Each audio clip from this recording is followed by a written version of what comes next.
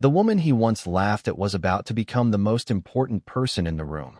The ballroom glittered beneath crystal chandeliers the size of small cars, their lights spilling across polished marble floors and designer gowns worth more than most people's annual salaries. Waiters moved silently through the crowd carrying silver trays of champagne, while a string quartet played near the floor-to-ceiling windows overlooking the Chicago skyline. It was the kind of event where power introduced itself with a handshake and wealth rarely needed to speak above a whisper. Ethan Walker felt perfectly at home there. Dressed in a tailored midnight blue tuxedo, he stood among executives and investors, casually accepting compliments about his company's latest success. Every smile, every nod, every business card exchanged reinforced the story he liked to tell himself, that he had won. 7 years earlier, he had walked away from a marriage he considered a mistake. 7 years earlier, he had left behind a woman he believed would never amount to anything. Tonight was supposed to be another victory lap. Then the room changed. It began with something subtle. Conversation slowed. Heads turned toward the entrance. A ripple moved through the ballroom like wind crossing still water. Ethan glanced toward the doors, expecting a celebrity or a major investor. Instead, he saw a black limousine stop beneath the covered entrance outside. The crowd near the windows shifted for a better view. Even the musicians seemed distracted. The vehicle door opened. A woman stepped out.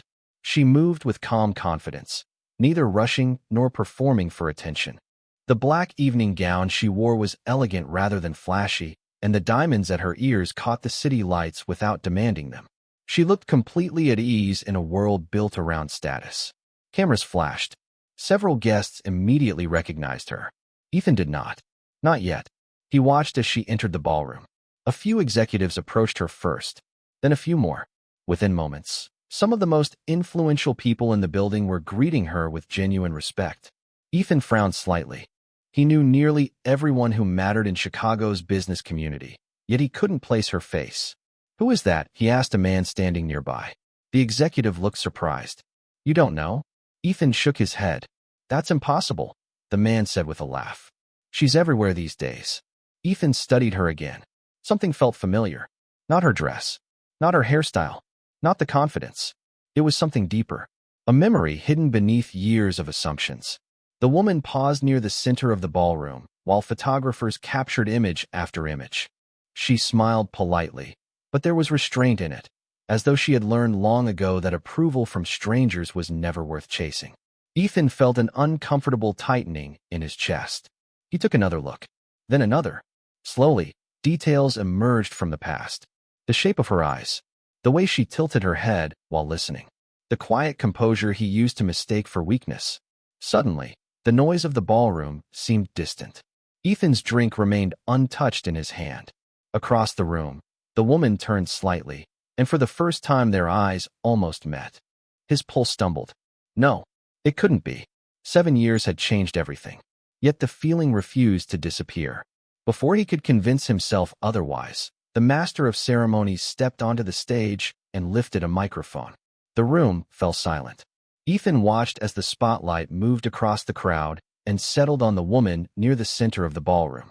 Then the announcer smiled and spoke her name. The name echoed through the ballroom, and before Ethan could fully process it, the memory hit him like a forgotten photograph pulled from an old drawer. Naomi Brooks. For a moment, the elegant woman standing beneath the spotlight and the woman he used to know seemed like two completely different people. Yet they were the same. The room erupted into applause as Naomi accepted greetings from investors, founders, and executives whose names regularly appeared in financial magazines. Ethan barely heard any of it. His mind had already traveled 7 years into the past, back to a much smaller room, a much simpler life, and a version of himself he had never bothered to question. Back then, they lived in a modest 3-bedroom house outside Milwaukee. The mortgage was manageable, the furniture was practical, and every dollar mattered. Naomi worked long hours, often leaving before sunrise and returning after dark. Some evenings, she still found enough energy to help neighbors, volunteer at community events, or study online courses after dinner. Ethan used to call it ambition. Later, he called it a waste of time. At first, their marriage looked stable from the outside. Friends saw family photographs, holiday dinners, and anniversary posts on social media. What they never saw were the smaller moments. They never saw Naomi sitting alone at the kitchen table at 11:30 at night reviewing business materials while Ethan scrolled through his phone. They never saw her carefully comparing grocery prices while he spent money trying to impress coworkers. They never saw how often she encouraged his goals while quietly setting her own aside. Success changed Ethan faster than failure ever could. As promotions arrived and his income increased, his patience seemed to disappear. Conversations became criticisms. Support became judgment. Naomi noticed it gradually. The comments began as jokes. He would tease her clothes, then her hair, then her appearance altogether. Each remark was small enough to dismiss on its own, but together they formed something impossible to ignore. Naomi rarely argued. She simply listened, lowered her eyes, and continued moving forward. Ethan interpreted that silence as weakness. One Friday evening, everything became impossible to ignore. A group of coworkers gathered at a downtown restaurant to celebrate Ethan receiving a major promotion. The private dining room overlooked the river. Glass walls reflected city lights while servers carried expensive meals between tables. Naomi attended because Ethan insisted she should be there. Throughout the evening, she smiled politely and congratulated him whenever someone offered praise. She genuinely wanted him to succeed. But as the night went on, Ethan enjoyed the attention more than the company. The louder the room became, the more confident he felt. Near the end of the celebration, someone jokingly asked him what the secret to success was. Laughter filled the table. Ethan raised his glass and glanced toward Naomi. What happened next remained frozen in her memory for years. He smirked. Several co-workers leaned closer. Then he made a comment about finally upgrading every part of his life someday. The table laughed. Naomi understood immediately what he meant. Nobody stopped him. Nobody defended her. A few people even laughed harder. She sat quietly in her chair while the conversation moved on as if nothing important had happened. Outside the restaurant windows, rain streaked across the glass. Inside, Naomi folded her napkin carefully and placed it beside her plate. Her face remained calm. Her voice never rose. But something changed that night. For the first time, she stopped wondering how to save the marriage and started wondering how much of herself she had already lost trying. The weeks after that dinner felt strangely quiet. Ethan never apologized for what he said, and Naomi never asked him to. The silence between them grew heavier than any argument could have. Their house remained the same. The coffee maker still started every morning at 6. The television still played in the evenings. Bills still arrived in the mailbox. Yet something essential had disappeared. Naomi noticed that she had stopped sharing her dreams with him. When she completed another online certification, she did not mention it. When she received positive feedback on a business proposal she had submitted, she kept it to herself. She no longer expected encouragement. One cold November morning, she stood alone in the kitchen watching snow collect along the backyard fence while a legal envelope rested on the counter beside her coffee mug. Ethan had left for work an hour earlier. The envelope contained paperwork she had never imagined holding in her hands. She read every page carefully. Then she read them again. The words were formal, clean, and emotionless. Years of memories reduced to signatures, dates, and financial terms. Naomi folded the documents neatly and placed them back inside the envelope. Her hands remained steady. What surprised her most was not sadness. It was relief. The decision itself had been made long before the paperwork arrived. The documents simply acknowledged what had already become true. Over the following months, attorneys exchanged emails, bank statements were reviewed, and practical details slowly replaced emotional ones. Ethan approached the process with confidence. He spoke about moving forward. He spoke about new opportunities. He spoke as though the next chapter of his life was already waiting for him. Naomi listened without interrupting. She no longer tried to change his mind because she had finally accepted something difficult. You cannot convince someone to value what they have already decided to overlook. The final hearing lasted less than an hour. Outside the courthouse, the sky hung gray over downtown Milwaukee. People hurried past carrying briefcases and paper cups of coffee, completely unaware that a marriage was ending inside the building behind them. Naomi walked down the courthouse steps holding a small folder against her chest. Ethan stood several feet away speaking into his phone. He seemed distracted, eager to leave, already focused on something else. For a brief moment, She looked at him and remembered the young man she had fallen in love with years earlier. She remembered late-night conversations, first apartments, shared goals, and promises that once felt permanent. Then she looked at the stranger standing in front of her and realized those memories belonged to a different version of both of them. Ethan ended the call and slipped his phone into his coat pocket. "You will be fine," he said casually, almost as if offering a compliment. Naomi nodded. "I know." It was the shortest honest conversation they had shared in years. She walked away carrying 2 suitcases and a cardboard box containing family photographs, notebooks, and a few personal keepsakes. The apartment she rented afterward measured less than 800 square feet. The carpet was old. The kitchen was narrow. The windows overlooked a parking lot instead of a backyard. But when she unlocked the door for the first time and stepped inside, something unexpected happened. The silence did not feel lonely. It felt peaceful. That night, she placed her laptop on a folding table near the window and opened a blank document. Snow drifted outside beneath the streetlights while distant traffic hummed through the city. Naomi stared at the empty screen for several seconds before beginning to type. She did not know exactly where the road would lead. She only knew one thing. The chapter Ethan believed was her ending had quietly become her beginning. The first year was the hardest because nobody was watching. There were no headlines, no applause, and no dramatic moments that instantly transformed Naomi Brooks into someone new. Most mornings began before 6 o'clock. She would wake up in her small apartment, make a cup of coffee, and sit at the folding table beside the window long before the city fully came alive. During the day, she worked consulting contracts for small businesses. At night, she studied market trends, leadership strategies, and business development plans. Some weeks felt productive. Others felt impossible. Yet every morning she returned to the same chair and opened the same laptop. The apartment remained modest. The furniture did not match. The heating system rattled during winter storms. Rain tapped against the windows in spring. Summer sunlight spilled across stacks of notebooks and research materials spread across the table. Naomi learned to stop measuring progress by recognition. Instead, she measured it by discipline. One completed proposal became 2. 2 became 5. A small client referred another. Then another. Some projects failed completely. One startup she advised shut down within 6 months. Another partnership collapsed after investors withdrew funding. Naomi experienced enough disappointment to understand that success was rarely a straight line. Each setback hurt, but none of them sent her backward. That alone felt like progress. Meanwhile, Ethan's life appeared increasingly polished from a distance. Occasionally, mutual acquaintances posted photographs online. Corporate events, vacations, new purchases, promotion announcements. Naomi noticed them sometimes, but she no longer lingered. She had spent too many years comparing herself to someone else's version of success. Now she was building her own. 3 years after the divorce, an opportunity arrived unexpectedly. A regional business conference in Chicago invited entrepreneurs to present growth strategies before a panel of investors. Naomi almost declined. The registration fee felt expensive.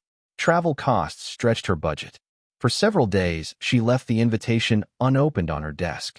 Finally, she purchased the ticket. The conference occupied a downtown hotel overlooking Lake Michigan. Hundreds of professionals filled the meeting rooms carrying briefcases, laptops, and ambitious plans. Naomi arrived wearing a simple navy suit and carrying a notebook she had purchased on clearance. Nobody recognized her name. Nobody expected much from her presentation. She preferred it that way. When her turn came, she stepped onto the stage and spoke for 20 minutes. She did not use flashy promises or exaggerated forecasts. She spoke clearly, logically, and confidently about sustainable business growth. By the end of the presentation, several audience members had stopped checking their phones. A few were taking notes. One investor in particular listened carefully from the front row. His name was William Carter. He was known throughout the industry as a billionaire investor with a reputation for asking difficult questions and avoiding unnecessary attention. After the session ended, people gathered around networking tables while servers refilled coffee stations. Naomi packed her materials and prepared to leave. She assumed the day was over. Then she heard a calm voice behind her. Your numbers were honest. She turned and found William standing there holding a folder beneath one arm. It was not a compliment most people would have noticed, but Naomi understood its value immediately. Honest numbers were rare in rooms full of people trying to impress investors. William asked a few questions. Naomi answered them. The conversation lasted less than 10 minutes. No contracts were signed. No dramatic offers were made. Before leaving, William handed her a business card. "If you ever need a second opinion," he said, "call me." Naomi slipped the card into her notebook and thanked him politely. She had no idea that the brief conversation would eventually change the direction of her life. For now, it was simply another step forward. Another quiet victory. Another reminder that the world often noticed people long before they realized it themselves. Naomi expected the business card to sit forgotten inside her notebook. For several weeks, that is exactly what happened. Life remained busy. Clients demanded revisions. Deadlines arrived faster than expected. Rent was still due on the first of every month. There was no dramatic transformation waiting around the corner, only work. Then one afternoon, a potential partnership collapsed less than 48 hours before a major contract was scheduled to begin. Months of preparation disappeared in a single phone call. Naomi sat alone in her apartment staring at spreadsheets spread across her table. The numbers were not disastrous, but they were disappointing. She rubbed her eyes, closed the laptop, and glanced toward the notebook sitting near the window. William Carter's business card slipped out when she picked it up. For several seconds, she simply looked at it. Then she dialed the number. She expected an assistant. Instead, William answered personally. 20 minutes later, they were discussing her business model over a video call. He did not offer sympathy. He did not offer rescue. What he offered was far more valuable. He asked questions. Difficult questions. Questions that exposed weaknesses she had overlooked. Questions that forced her to defend every assumption in her plan. By the end of the conversation, Naomi filled 8 pages of notes. When the call ended, she felt exhausted and strangely energized at the same time. That became the pattern. Every few weeks they spoke. Sometimes for 10 minutes. Sometimes for an hour. William never treated her like someone who needed saving. He treated her like someone capable of building something significant. The distinction mattered. Years earlier, Ethan had slowly convinced Naomi that her ambitions were unrealistic. William never praised her unnecessarily, but he took her ideas seriously. Over time, that respect became fuel. 2 years passed. Naomi's consulting business evolved into a growing strategy firm serving companies across multiple states. She hired her first employee, then a second, then an entire team. The folding table disappeared. A small office replaced it.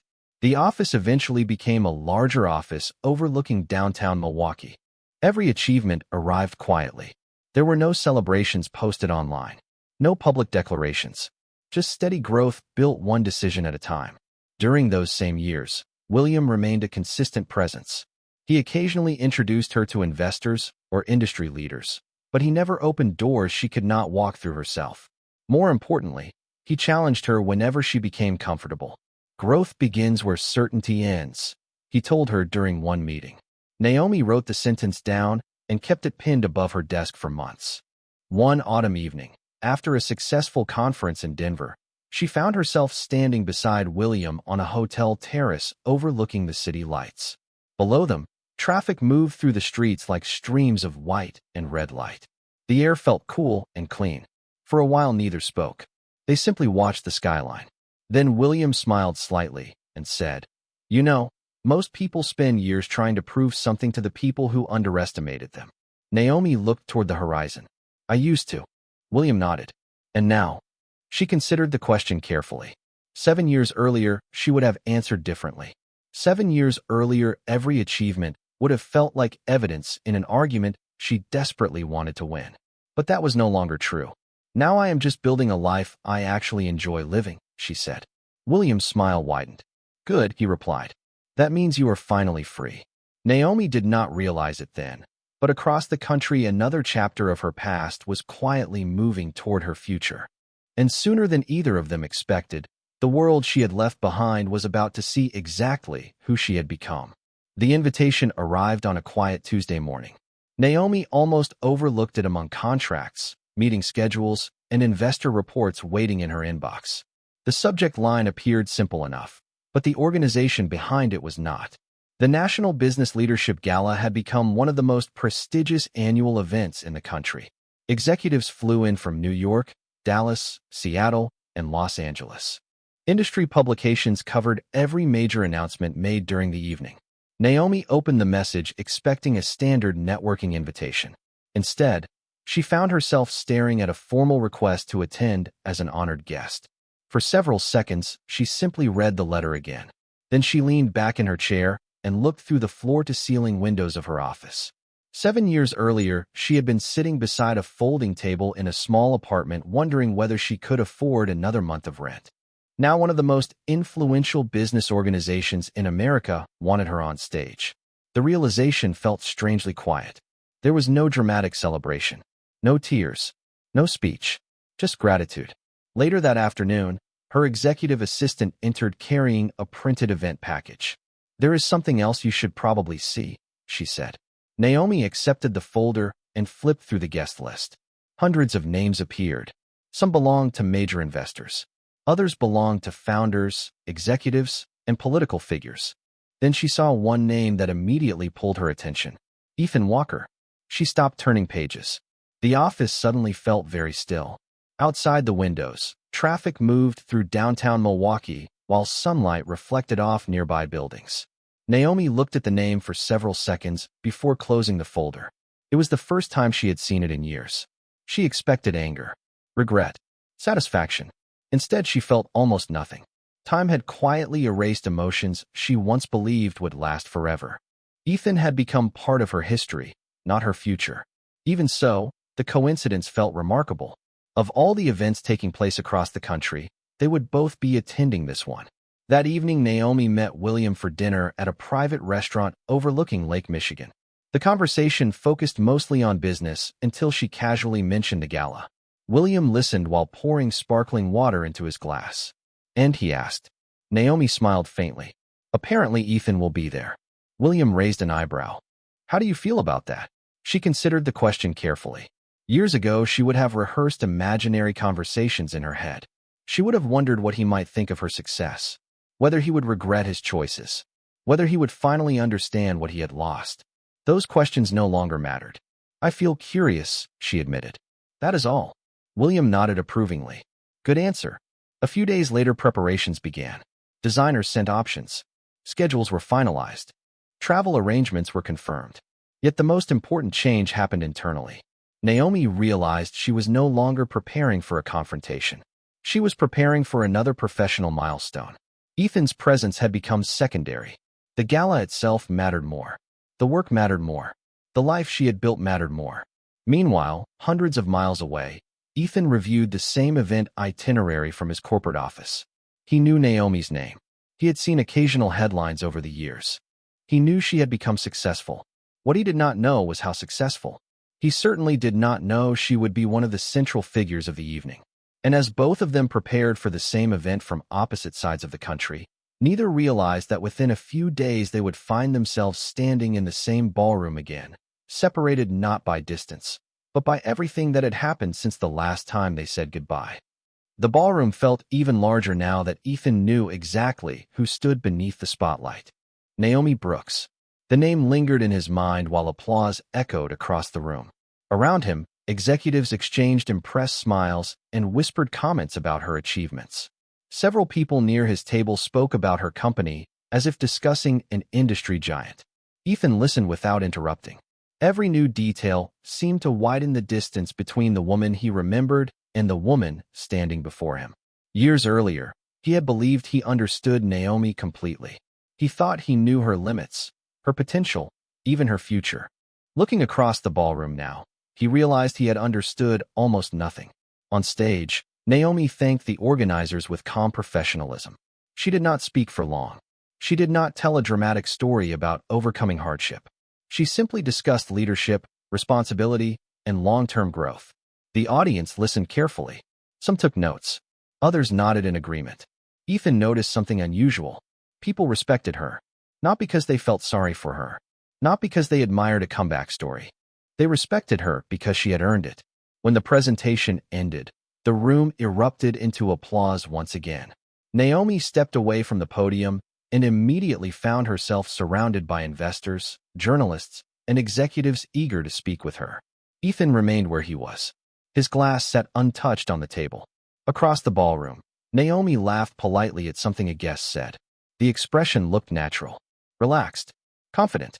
For years, Ethan had associated confidence with status, money, and attention. Naomi's confidence seemed different. It came from somewhere deeper.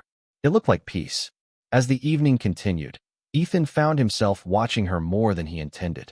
Every conversation revealed another piece of the puzzle. People spoke about expansion projects, national partnerships, international clients. One executive casually mentioned that Naomi's company had become one of the fastest-growing firms in its sector. Ethan tried to hide his surprise. His own company was successful, but not on that level. Not even close. The realization created a strange discomfort he could not explain. Nearby, two investors discussed an upcoming acquisition involving one of Naomi's companies. Another guest referred to her as a visionary leader. Ethan remembered the tiny apartment she had moved into after the divorce. He remembered the cardboard box she carried out of their house. He remembered believing that chapter represented the end of her story. Instead, it had been the beginning. Then another detail caught his attention. A tall man entered the conversation circle surrounding Naomi. Several executives greeted him immediately. Others stepped aside with visible respect. Ethan recognized him at once. William Carter. Even people who rarely followed business news knew the name. William was one of the most influential investors in the country. Ethan watched as William approached Naomi. What happened next was subtle. No grand gesture. No public display. William simply smiled and handed her a folder. Naomi smiled back. The ease between them suggested years of trust and familiarity. Several guests exchanged knowing looks. Ethan felt his stomach tighten. Suddenly, pieces began fitting together. The investor, the mentorship, the success, the respect. Yet even that explanation felt incomplete. Because the woman standing beside William Carter was not successful because someone rescued her. Every person in the room treated her as an equal, as a leader, as someone whose decisions carried weight. Across the ballroom, Naomi briefly glanced in Ethan's direction. Their eyes met for the first time that evening. She did not look surprised. She did not look angry. She simply acknowledged him with a calm, polite smile before returning to her conversation.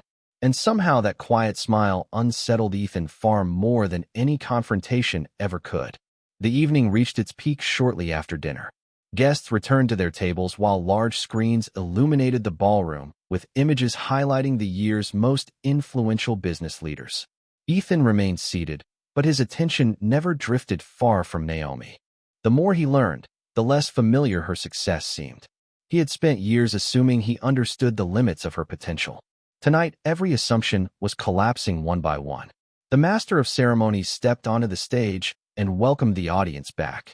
A series of awards followed, each recognizing innovation, leadership, and growth. Then the lights dimmed slightly. A new presentation appeared on the screens. The title read Strategic Impact Award. Conversations immediately quieted. This recognition was considered one of the highest honors of the evening. The narrator's voice filled the ballroom, while images of major projects appeared across the screens.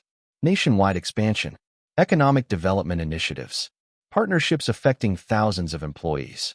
Ethan watched carefully. At first, the company name did not register. Then it appeared in bold letters. Brooks Strategic Holdings. Several guests applauded before the presentation even finished. Ethan felt completely still.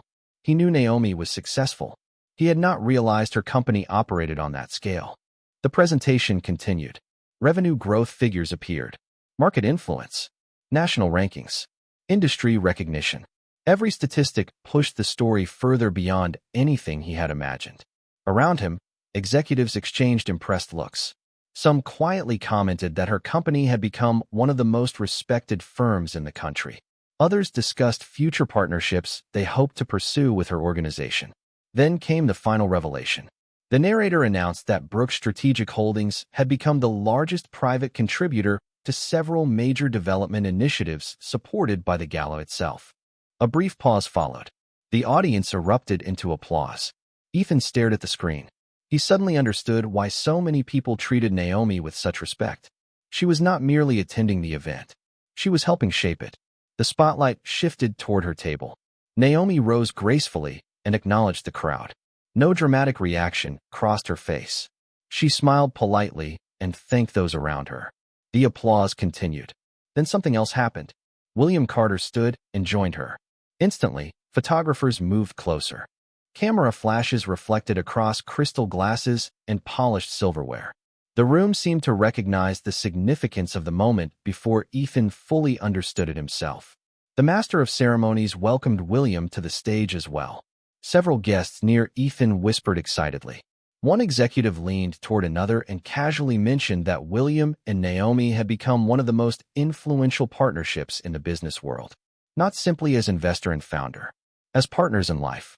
Ethan looked toward the stage again. William stood beside Naomi with quiet pride, never trying to dominate the attention. The respect between them was obvious. There was no need for grand declarations. Years of trust showed itself in smaller ways.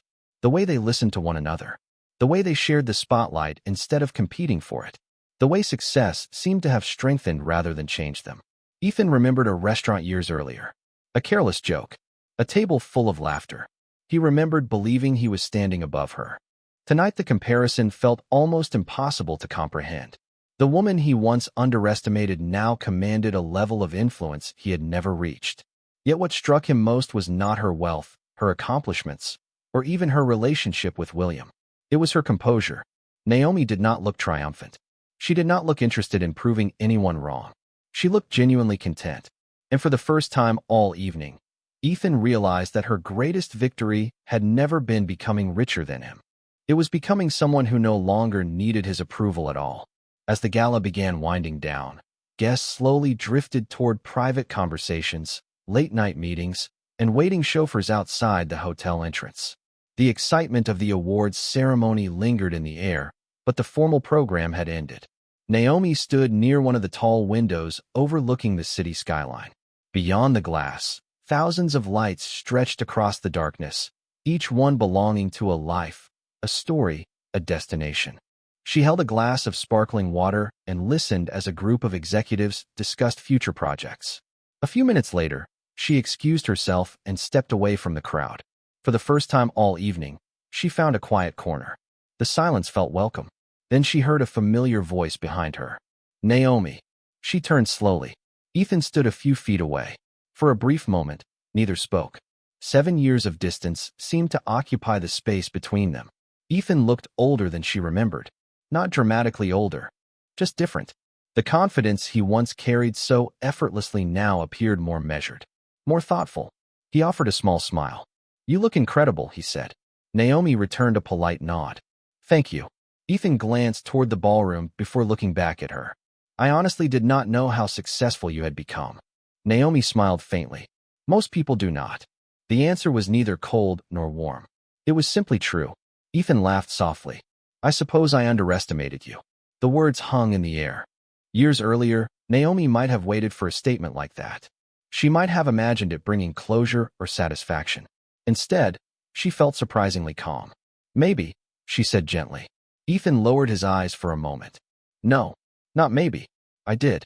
The honesty in his voice sounded real. I thought I knew exactly who you were. I thought I knew what your future would look like. Naomi listened quietly. The city lights reflected in the glass behind her. And I was wrong. For several seconds neither spoke. Around them, distant conversations blended with soft music from the ballroom. Finally, Ethan exhaled. Do you ever think about those years? Naomi considered the question carefully. Sometimes. And she looked toward the skyline again. I think they taught me valuable lessons. Ethan nodded slowly. Do you ever wish things had turned out differently? A younger version of Naomi might have answered immediately. Tonight she took her time. No, she said at last. Because if they had, I would not be standing here. Ethan absorbed the answer in silence. There was no bitterness in her voice. No accusation. No attempt to make him feel guilty. Somehow that made the truth even harder to ignore. Naomi turned toward him fully. For a long time, I thought success meant proving something to the people who doubted me. Ethan listened carefully. Then I realized something. A calm smile touched her face.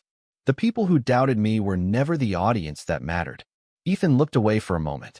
When he spoke again, his voice was quieter. You deserved better than the way I treated you. Naomi nodded once. I know. The response surprised him. It was not angry. It was not forgiving. It was simply certain. In that moment, William appeared near the ballroom entrance. He did not interrupt. He simply waited. Naomi noticed him immediately. Ethan followed her gaze and understood everything without needing an explanation. William offered a warm smile. Naomi smiled back. Then she looked at Ethan one final time. Take care of yourself, Ethan. You too, Naomi. She turned and walked away. No dramatic farewell followed. No final argument. No victory speech. William met her near the entrance, and together they stepped toward the waiting city beyond the hotel doors. As Ethan watched them disappear into the night, he finally understood what the evening had revealed. Naomi had not returned to win him back. She had returned as proof of what became possible when a person stopped seeking validation from others and started believing in themselves.